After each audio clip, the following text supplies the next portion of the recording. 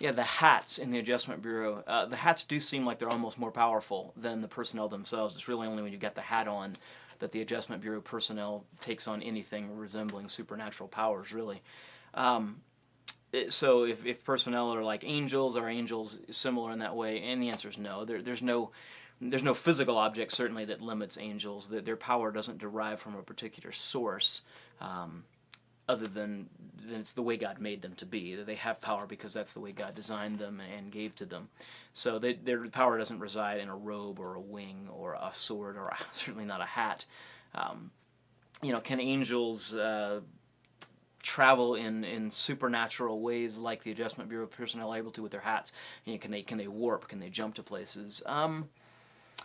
I don't know enough about how angels travel and function to answer that definitively. It's interesting, in the book of Daniel, there's an angel that shows up in answer to Daniel's prayer, and he basically apologizes for being late to come to Daniel, and says, I was kept from coming by the prince of Persia, which apparently is a demonic spirit who had sway over the Persian province.